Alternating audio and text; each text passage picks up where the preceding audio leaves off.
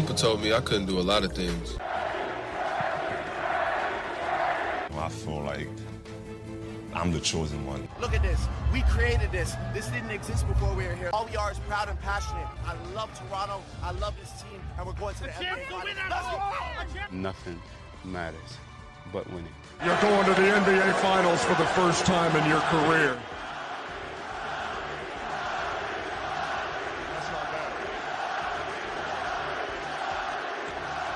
Canada, the NBA title is yours. The Toronto Raptors are the 2019 NBA champions. Welcome back to episode 12 of Rapzville Weekly. I'm your co-host, Gabriel Chelio, along with my other co-host, Adam Kasucci. And today we're going to be talking about the greatest Raptor of all time. We're going to have a little bit of a debate here. And before we start, I just wanted to say that our podcast is now available on Apple Podcasts, so please check that out. And it's also available on Spotify. And for more NBA content, you can always follow Instagram.com/Rapsville or @Rapsville. All right, let's just get it started here. Adam's going to take it away with the first one. We got Kyle Lowry. Okay, so obviously a big contestant for greatest Raptor of all time, Kyle Lowry. Dedicated to the team, obviously. Won the chip last year with the team. Has a lot of the records in terms of assists and charges drawn, steals, points. In those categories, has a high work ethic. His love for the city and game is incredible. A big leader and floor general, and he's really helped the Toronto youth. Also, I remember him having a Thanksgiving kind of party with the community in Toronto, giving meals to people who couldn't spend the Thanksgiving with their family and were at the community center. So kind of giving back to the community, which is really nice to see, and a great leader. Some of his accolades are obviously has the championship, 6-time NBA All-Star, one-time All-NBA third team. Villanova retired his number, actually. Second most games played, third most scored, first most assists, and first most steals. Kyle has been on the team for obviously 8 seasons now, and is the only player in this debate that is still presently on the team. So far, he has averaged 17.6 points per game, 7.2 assists, 4.9 rebounds, 1.5 steals, and 0.3 blocks during his time on the Raptors. And he does a lot of small things on the court that make him the player he is. And he's really a coach's dream to coach. And he's that really gritty player. Kind of built the franchise up with DeMar, helping them become a playoff contender once again. And he's just such a great example for all the younger players coming in, watching him come early to the gym, work hard, understanding what it takes to be a great player in the NBA. And he really shows that, and that's why he's in this list for sure for the greatest Raptor of all time, and to me is the greatest Raptor of all time. Gabe? Okay, so the second person in the debate is DeMar DeRozan. So obviously DeMar, he holds a lot of top stats and record holders for our franchise. He's obviously up there in points and games played, and a lot of the smaller stats, like most points in a game, 52 for the Raps. Yeah, he's a very dedicated player to our team. He loved our city a lot. He did a good job of developing some of our younger guys, being the mentor and the mentee when he first was here. He's a great player. He's definitely a skilled player. 4-time NBA All-Star. He was also an All-NBA second team, All-NBA third team. And for the Raptors, he's first on the most games played, first on the most points scored, third on the most assists, and third most steals. DeMar was here for the first 9 seasons with the Raptors. We drafted him, obviously, built him up to the player he is today. He was developed by us and became a leader for our team. And obviously, he loved it here, and he's been a very loyal player with us. On his time here, he averaged 19.7 points per game, 3.1 assists per game, 4 rebounds per game, 1 steal, and 0.3 blocks. Obviously, he is a fantastic player skill-wise, probably one of the most skilled players we've had here, and he's definitely a big name in this franchise that we've grown. We had a lot of love for our fans, a lot of love for, in his return with San Antonio when he came back. Obviously, his tribute video was really touching to see, and he means a lot to this franchise. As part of a big year, like Adam said with Kyle Lowry, he developed this new franchise at the turn of the Messiah era of, becoming this new playoff contending team. And, he paved the way to become that championship team that we are today. Obviously, he wasn't here with us during that time. And I think that's what, brings him down, is that he didn't win that championship with us. He didn't, he fell short in the playoffs the same way year after year. But, he was a huge player with us. He was here for a long time and did a lot of things that show up on the stats and records. And that's why he's a part of this debate for us. Moving on, we have Vince Carter as our third player. Vince Carter did a lot for the franchise. He was the cornerstone of the organization, the first real superstar that we had, to say. And, he put the city on the map. He attracted a lot of big names in free agency. Got drafted, I believe, in 98. And, he started the young new team. The Raptors were started in 95. This is 1998 now. The Raptors are still young, and we got a bunch of good picks and started picking up these young players, him, his cousin Tracy, and along with other pieces that came along in the 2000s, like Charles Oakley, Antonio Davis, and we became a playoff contending franchise. And we were young, we were blossoming, and people liked the way that Vince Carter played. He was a high flyer, great driver, very athletic, explosive. For a young player, he scored big points, and he was huge name for the franchise in general, and he brought a lot of traction to Toronto for the first time ever.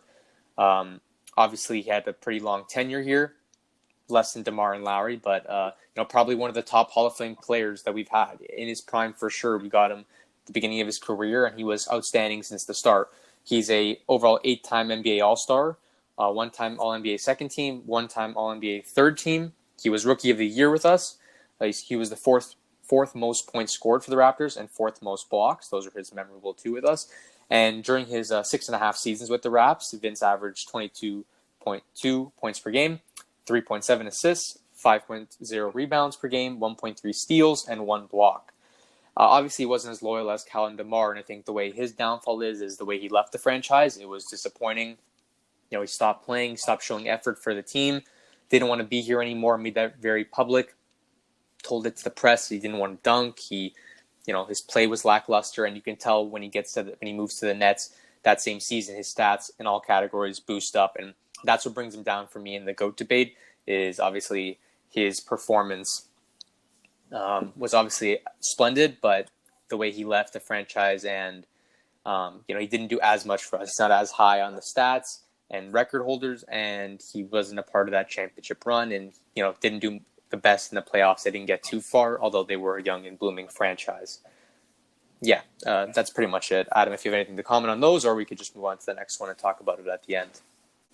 Okay. Nope, I have nothing to say, but about bringing it back, one more thing for Kyle Lowry. I just wanted to say him winning the championship, having all the accolades, because when you're looking at the GOAT debate for the franchise, you're looking at how much they've won, the accolades, the loyalty, how much they've developed the franchise and built a base.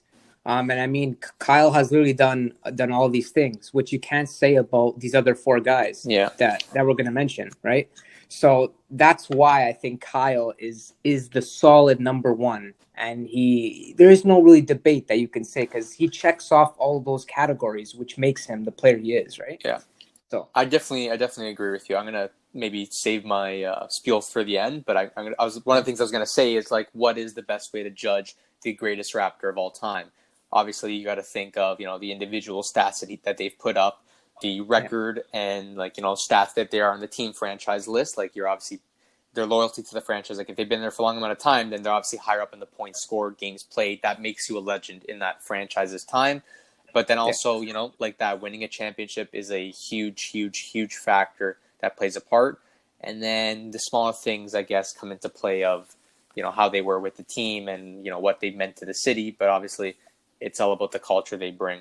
Anyways, I'll save my spiel for the end on who I think it is and why, but let's move on to the next one. Okay.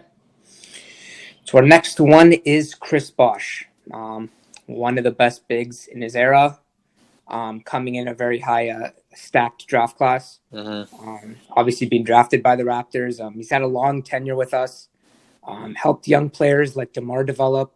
When Vince Carter left, he kind of took that leadership role, and he kept the hype going in Canada with basketball, and everyone was excited to see him play. He was the name that you wanted to come to the arena and see play, Chris Bosh. Mm-hmm.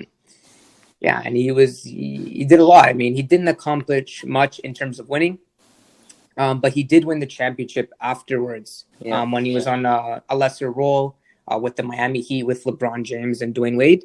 Yeah, and I feel like he was a good stat leader with us. A lot of records. He has 2 NBA championships, 11-time All-Star, won All NBA second team, second in most points, first in most rebounds, and first in most blocks. He spent his first 7 years of his career with the Raptors, and that shows that he really wanted to stay with us, and we really believed in him to be that piece. It was obviously sad to see him go the way he did in the sign and trade with the Miami Heat. Yeah. I think he was a big part in them winning. Obviously, grabbing the big rebound at the end and kicking it to Ray Allen in one of the championship wins. Yeah. And he played a big part there. He didn't have to do as much. He was kind of older and more experienced, and I felt like he had a good role with them. But yeah, with the Raptors, he's been amazing. He was the guy that kind of took us under his wing and said, let's keep this thing going after Vince Carter left, and he kind of kept the Raptors on track. Yeah, it was a big name. For sure. In his time, he averaged 20.3 points per game, 2.2 assists, 9.4 rebounds, 0.8 steals, and 1.2 blocks. So obviously, he was a 20-point scorer throughout his career at Toronto, and he was our center. So he was getting a lot of rebounds with that 9.4. And he was a great player to have. So happy to have him, and kind of steered the franchise in the right direction. For sure, in the right direction. Mm-hmm. Yeah. Okay, now moving on to Kawhi Leonard. A lot of debate on this one, because he was only here for 1 year, but was probably the highest impact player on this list. He brought the chip, obviously, to the city. One of the greatest players in the world currently. He carried the team, obviously, to the championship, along with the other players that played a significant role. Fred, Pascal, Lowry, Mark. Definitely, obviously, a Hall of Fame player when his career is finished. He did bring many fans to the city, and a lot more respect was given to the Raptors. No disrespect to DeMar, but I feel like Kawhi was a bigger name. They knew who he was, both an offensive and defensive superstar. Yeah. He did a lot for the team. He plays both ends of the floor. And his numbers were great here, averaging one of the highest numbers in his career, and it was crazy. He obviously had the shot as the greatest moment in franchise history for sure. Yeah. Well, at least one of them. Yeah. His accolades: 2 championship, 2 finals MVPs, 4-time NBA All-Star, 2-time Defensive Player of the Year, 3 defensive first teams, 2 defensive second teams, 2 All-NBA first teams, 1 All-NBA second team. So he obviously has a lot of accolades to go with his great play. Yeah. And he's done it on the biggest stage. And he's done it in the primary role, which is very impressive. Some players I know have to play with another superstar in order to kind of have winning seasons. Yeah. And I feel like Kawhi, he didn't have another superstar in terms of that big of a name. Yeah. And he still played the primary role and got it done with Toronto, which is really impressive.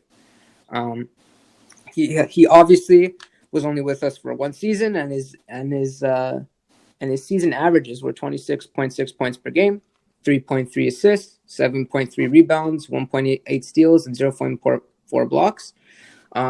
Obviously, probably the best skill-wise player in terms of that, and especially in terms of individual numbers that he put up.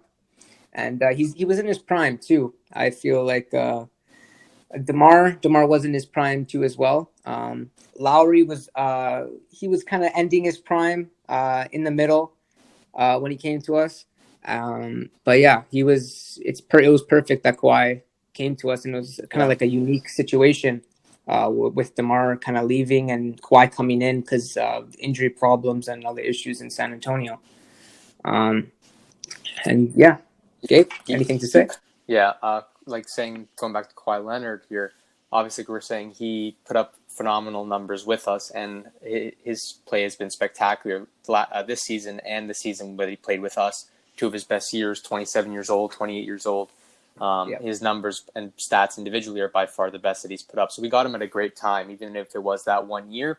The only reason he's a part of this debate is obviously he did what none of us could do for that 25 years of our franchise. He came in, won the championship, finally gave us what we wanted, and he was the piece that we needed. We wouldn't have done it if we didn't have him, because obviously he is that superstar player, and he made the change that was necessary to move DeMar, bring Kawhi, bring in some other pieces, and he solidified that. Obviously, he's a phenomenal player on both ends of the floor, skill-wise and in general. And obviously, all these players have pretty great accolades. You see 2 championships, 2 finals MVPs, 2 defensive player of the years, all these first teams and all NBA teams. And all that's great. Same thing with Bosch, 11-time All-Star. But then we also got to look at this as when we're talking about the Raptors debate, a lot of these accolades are in their career in general. So we see that Chris Bosch, Vince Carter, Kawhi, we clearly see that they are 3 phenomenal players. Stat-wise, or accolade-wise, they've done a lot. They've been a part of NBA All-Stars. They're recognized for their great play. But a lot of that also comes when they weren't with us. Kawhi only being with us 1 season. Bosch doing the championship and big numbers and stuff with the Heat.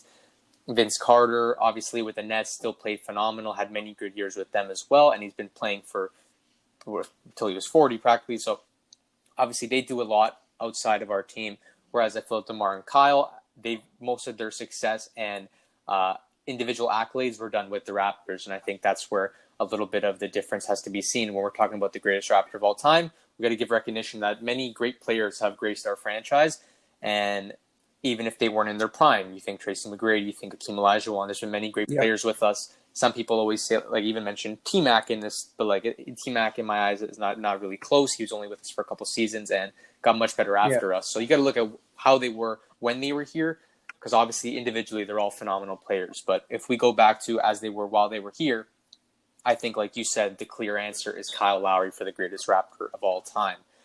Obviously, Bosch, Kawhi, Carter, and DeMar, all great players, all great skill-wise. Bosch, lesser with what he's done with us, and not, in my eyes, not as skillful as a player, like not as impactful as DeMar, Vince, and Kawhi. DeMar and Vince obviously hold a lot of the stat categories. They've been here for a long time, big numbers, put the city on the map. They both had great turning points in the franchise, bringing them to playoff contending teams. Bosch kind of stuck in the middle. I feel like didn't have the most impact because obviously he's most notable for like his time with the Heat and winning the championships. And then Kawhi, obviously his downfall is that he was here for 1 season, and it's hard to be considered the greatest Raptor of all time with just 1 season under your belt. And obviously you did bring the chip to the city, but that's it. You didn't win all your other accolades here. You're not high up in any of the stats or record categories. You just graced our franchise, gave us a ring, and left. Whereas Kyle has been here for a long time. He's put up tons of great numbers, tons of great seasons. Overall, every year he gets progressively better in terms of his play style. He's a hard worker. He's a hustler on and off the court. He's a bulldog. He takes the charges, takes the deflections, does the dimes, brings the tempo to the team. He does all those little things. And his play in general, if anyone watches the Raptors, you can clearly agree with me that he is one of the greatest Raptors you've seen playing, and he does so much for this franchise.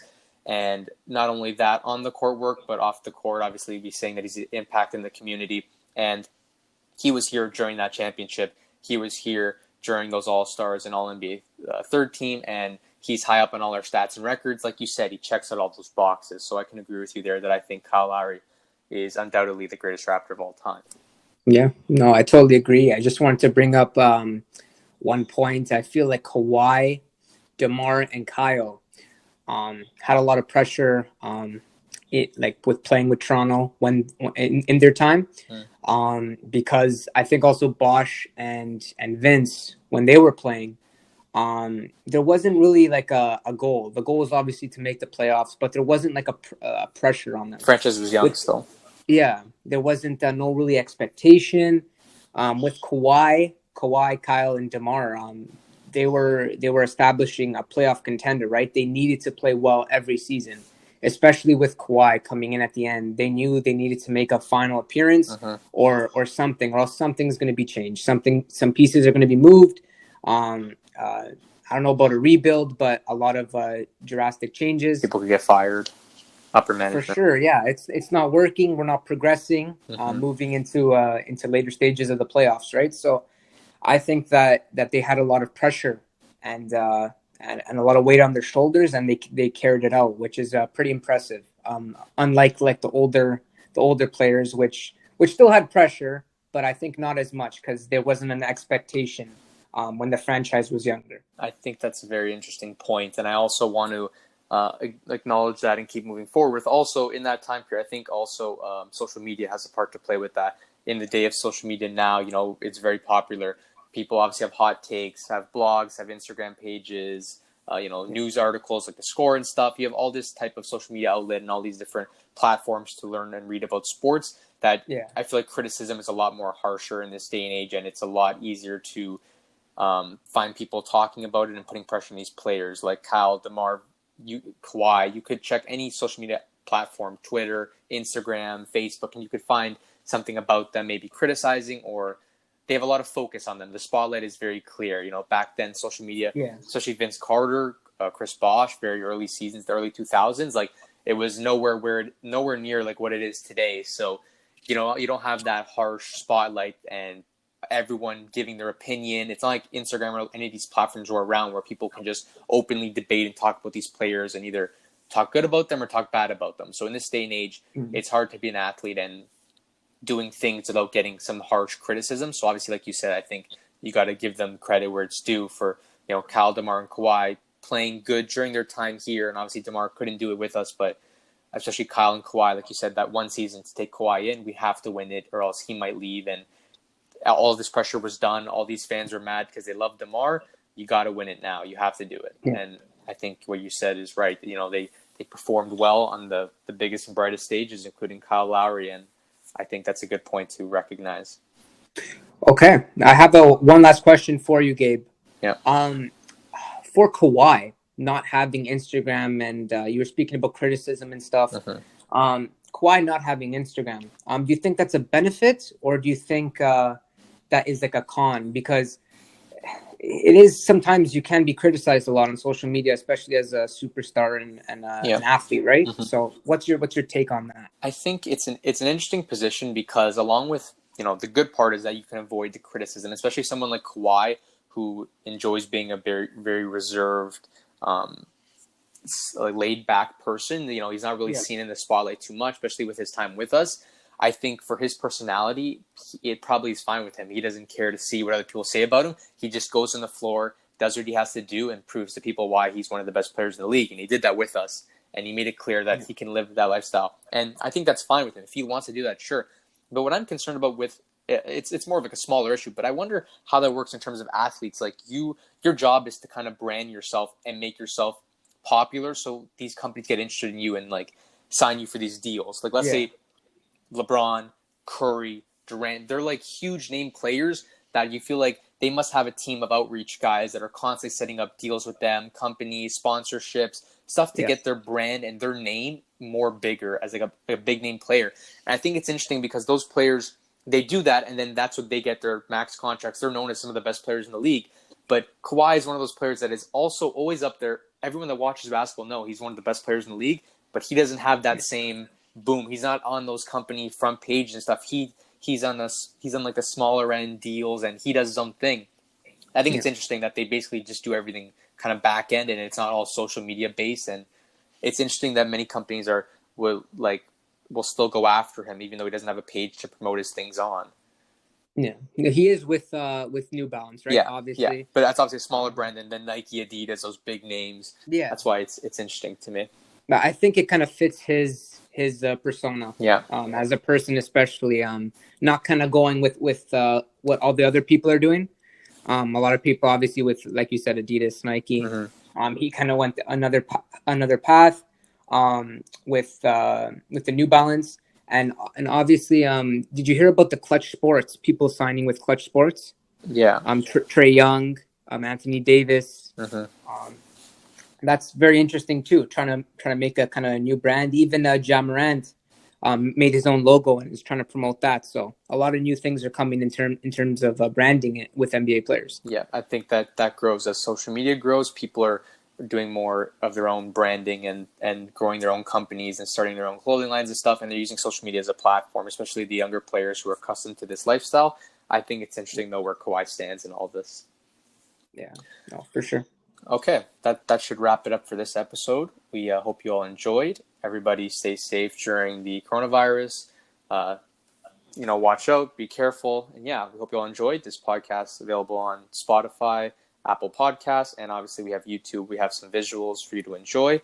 And yeah, everyone, if you're on YouTube, like and subscribe. Follow on the other platforms as well. And yeah, that's us signing out. Peace. Peace.